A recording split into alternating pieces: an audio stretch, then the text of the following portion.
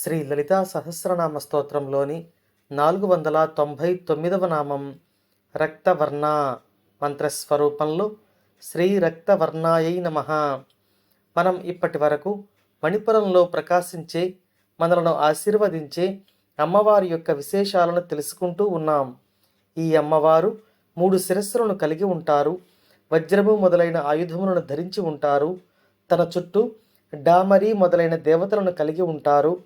10 దళాల కమలంపై ఆసీనురాలై ఉంటారు అని తెలుసుకున్నాం. ఈ 10 దళాల కమలంపై ఆసీనురాలై ఉండే తల్లి యొక్క వర్ణాన్ని ఈ నామంలో వసిన్యాది వాగ్దేవతలు మనకు తెలియచేస్తూ ఉన్నారు. ఈ తల్లి ఎర్రని వర్ణంతో ప్రకాశిస్తూ ఉంటుంది. ఈ తల్లి మణిపురంలో కొలువై ఉంటారు కాబట్టి మణిపురం పంచభూతాలలోని అగ్నితత్వానికి ప్రతీకయై నిలుస్తుంది. ఈ అగ్ని యొక్క స్వరూపంలోని జఠరాగ్నిగా అమ్మవారు మనం తినే ఆహారాన్ని శక్తిగా మార్చి మనలను నడిపిస్తూ ఉన్నారు. ఇంకా మనలోని జ్ఞానాగ్ని కూడా అగ్ని స్వరూపంతో చెబుతారు. ఈ విధంగా మన శరీరంలో అగ్ని యొక్క వ్యవస్థను నిర్వర్తించే మణిపురంలో కొలువై ఉన్న అమ్మవారు ఎర్రని వర్ణంతో ప్రకాశిస్తూ మనలను అనుగ్రహిస్తున్నారు అని వసిన్యాది వాగ్దేవతలు ఈ నామంలో మనకు తెలియచేస్తూ ఉన్నారు.